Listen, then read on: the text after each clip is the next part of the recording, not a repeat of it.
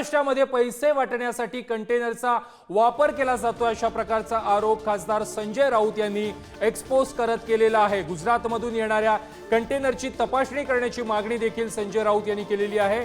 निवडणूक आयोगाकडे संजय राऊतांनी एक्सपोज करत ही मागणी केली आहे। दरम्यान संजय राऊत यांनी काय एक्सपोज केली आहे ते देखील आपण पाहूयात।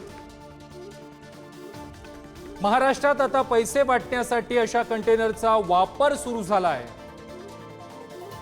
गुजरातमधून येणाऱ्या कंटेनरची तपासणी ही व्हायलाच हवी। निवडणूक आयोग उघडा डोळे आणि बघा नीट अशा प्रकारची एक्सपोज संजय राऊत यांनी केलेली आहे।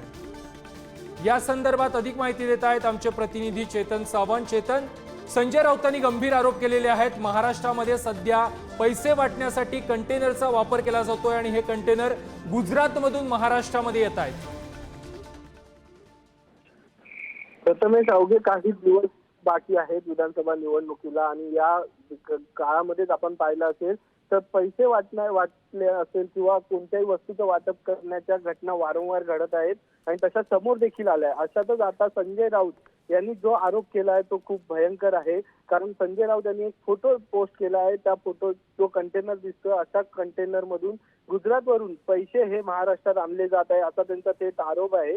त्याचबरोबर ज्या गाड्या चेक केल्या जातात किंवा विमानामध्ये ज्या सामानांची तपासणी केली जाते हे सगळं नाटक आहे। म्हणजे अमित शहाचा व्हिडिओ जसा आला आहे, त्याचबरोबर देवेंद्र फडणवीस मुख्यमंत्री एकनाथ शिंदे यांचे जे व्हिडिओ व्हायरल झालेले आहेत हेलिकॉप्टरची पाहणी करताना हे सर्व नाटक आहे असा आरोप त्यांनी केलेला आहे। खरं तर पोलिसांच्या गाडीमधून आणि अशा प्रकारच्या कंटेनर मधून पैशांची वाहतूक केली जाते सर्रासपणे असा आरोप त्यांनी या ट्विटद्वारे केलेला पाहायला मिळत आहे। प्रथमेश, नक्की चेतन, धन्यवाद तुम्ही दिलेल्या सविस्तर माहिती संदर्भात।